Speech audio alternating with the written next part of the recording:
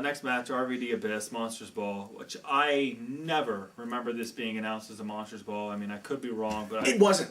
It wasn't because in that 4-down pick'ems game that we play, Okay. DQ was an option, and I had picked that. Okay. So this was never a Monsters Ball match. All right. So You cost me a point, TNA. spontaneous Monsters Ball match. If you're gonna do something as someone's signature match, you gotta announce it. It's like having the Undertaker in a random casket match, a random Buried Alive, a random Hell in a Cell. You got Abyss's signature match. You don't announce it as such. That's piss poor booking. Piss poor. I thought the match itself was one of the worst Monsters Ball matches. I think I've seen better Monsters Ball matches on house shows than I did that show. They obviously had a few better spots than they did at a house show. You're not going to see a barbed wire board at a house show. But I thought some of the spots they've done at house shows were far better than the ones they did in that match. I was disappointed in the lack of blood because I think Monsters Ball matches are known as very typically bloody matches. You know, the Abyss blood capsule thing, you know, I'm assuming it's blood capsules. You know, it just doesn't work for me. I mean, I get why, you know, the spot was suitable for that, but when you're having this match, it's supposed to be, you know, full of that, it just came up subpar to me. I think we disagree on this one. I'm not a big RVD. I'm not really a fan of RVD. He's okay in the ring. I know he gets pops, but I'm just not a fan of RVD. Abyss, I like him better as a monster. Back in the day when he was with Baby Bear Alex Shelley, for anyone who actually remembers TNA back in those days, I liked Abyss. I thought he had a good gimmick, but then he became that retarded Muppet, and now he's kind of like in between monster and retarded Muppet stage. He's addicted to that. You know? Yeah, I'm not really a big fan of either one of them. If I had to decide, I'd say Abyss over RVD. But the match itself, I didn't have that big of a problem with it. I thought it was okay. I did expect a little bit bloodier of a match, but there was blood, man. RVD was bleeding, and Abyss was bleeding. And I'm not talking about the blood capsules. I'm talking about actual blood. Okay. They had some good spots too. Good spots. Here's the other thing. I know we talked about during the pay-per-view. The entire time, RVD's T-shirt remained on. Yeah. Well, let's talk about that T-shirt. What was? He comes out, and that RVD's got a special singlet for every single show. Right. That's airbrushed. Puts a lot of time, a lot of money, and a lot of effort into it. He comes down wearing a T-shirt.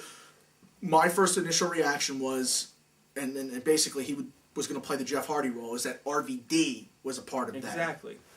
Same with me, and it all leads back towards the they thing that we started out with.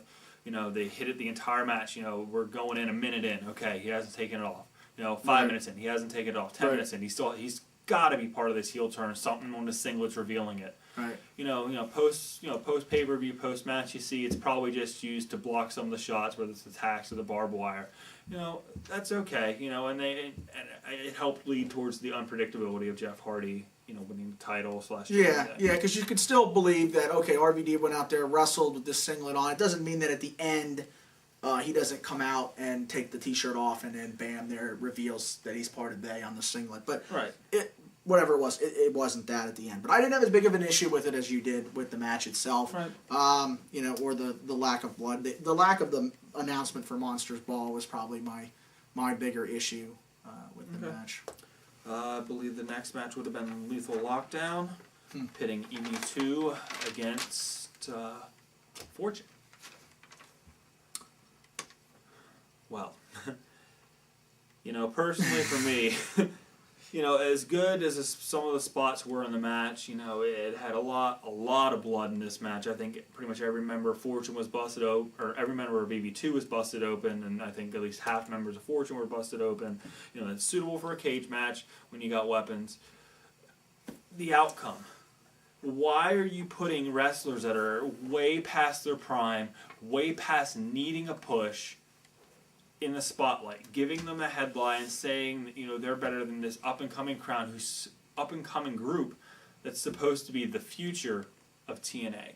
That it mind boggles me that the fact that they would do that.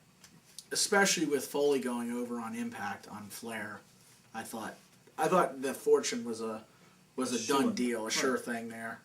Yeah, I was pretty surprised by EV2 getting a win. If they're going with the shock value for the pay-per-view, I mean, I think Jeff Hardy turning heels is off of a shock value. Oh, I agree. No- I agree. We don't no- need more No reason to have EV2 go over in this situation. because if you look at all the dirt sheets, you look at TNA's website, and you check message boards across anything that has to do with wrestling. They're still talking about Jeff Hardy's heel turn. Right.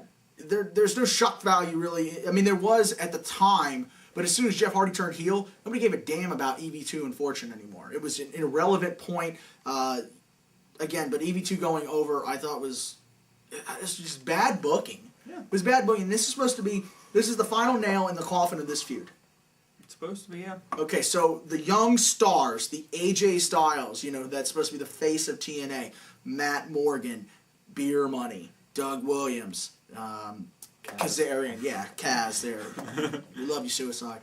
Those are supposed to be the guys who they want to push. Right. That's supposed to be your number one heel stable. And I know Day is coming, so they're going to get a little bit pushed to the side. But, I mean, to me, you basically, when They came and Fortune lost, you buried that stable. Yeah. And for what? So that you could put Tommy Dreamer and freaking Sabu and... You gave him one last shot at the headline. Why? No reason other than... There was no reason for them to ever have had a headline. I mean, look, I'm not trying to disrespect what they did in ECW. No. That was their thing, and it worked there. But let's face it, every one of those guys, Dreamer, Sabu, even Rhino, who else was even in that freaking match? I can't even remember. Stevie Richards. Every single one of those guys that have gone to WWE and now TNA, they've done nothing. I mean, Rhino had that NWA run, okay, and I've always told you that I thought Rhino, out of all of them, was the most talented. But they've really done nothing. I agree. I think the other point in the match that I know I wanted to hit on was the fact that Brian Kendrick's hiding up on top of the cage. Well, again, I feel like I must be like Mr. Right here, because I'm like sitting there calling, I'm like, dude, there's a body on the top of the cage. Right. I saw the freaking thing move. Well, I didn't see the thing move. You caught me on that one. I saw the freaking tarp move. I mean, But you wouldn't believe, initially you did not believe that there was a body on top of the cage, because you were like, oh, how long would he have to be up there? We were debating on when he went up. I wasn't saying there couldn't have been a body. I was debating when he would have went up and hit on top of the cage. I guess that would bring us to the triple threat, the main event. No, wait, I want to still talk about the body being on the cage. Because I thought it was kind of a worthless spot, to be honest with you. I think Kendrick Bean botched it. That's part of it, but no, I thought it was worthless for Kendrick to be involved in the whole damn thing. I mean, first of all, I thought it was a bad idea for Kendrick to be involved with EV2, and I think it was even worse idea to have Kendrick get involved here at the end of this match, the final nail in the coffin or whatever you want to call it. For him to be supposedly the one that makes that final move that causes EV2 to get the win. I just thought there was no real need to have Kendrick. I would have rather had Kendrick in the X Division match. If you want to put him on the pay-per-view, I thought that was a waste of a spot. All right. Main event, triple threat. Whoa! I gotta cut you off again. Again? I gotta cut you off again. Because we forgot the most important thing of Fortune and EV2, the one thing that sent us laughing our asses off. No, and I'm not talking about Taz. I don't know. Ric Flair coming down in a teddy. What the hell was Ric Flair doing wearing a teddy? Okay, I completely agree about this. Ric Flair. Fortune is supposed to be high class. You're supposed to be the new coming of the Fortune. What happened to the Rolex watches, buddy? You're wearing a Armani suits. You're wearing what looks like a wife beater down to the ring. It's not a wife beater. That's what. It's not a. It doesn't look anything like. It's not a wife beater. I agree. Wife beaters don't have spaghetti straps. Whatever. This had a spaghetti strap. I think there was lace on the front. Ric Flair was wearing. What have you become? He was wearing a teddy. Okay. I can tell you what Ric Flair has become. A guy. All right. You done cut me off last time. Yeah. 1, 2, 3, final call. Yeah. All right, triple threat main event. If I'm gonna start it off, I gotta say, I definitely thought the triple threat, the main event, good match. up until the part where Hogan got in, I definitely think it's a good match. I think they didn't give it enough time because they could have had a lot of false finishes and a really good solid match. One that people were definitely going to remember outside of the Hogan, Jeff Hardy, they part. But we already mainly talked about that. That's essentially it for me. I mean, I think my biggest issue, with the match itself, like you had said with the false finishes and not giving it, I think, more time it should have had. It's Bound for Glory. And, to me, Bound for Glory is supposed to be TNA's WrestleMania. And I always look at WrestleMania as the end of the season. I know that wrestling doesn't have seasons like the NFL does, but I always look at it basically at WrestleMania, the season is over, the Raw following, or in this case, Bound for Glory, the season is over, the Impact following begins the new season. Mm-hmm. I don't think you end the season with a screw job.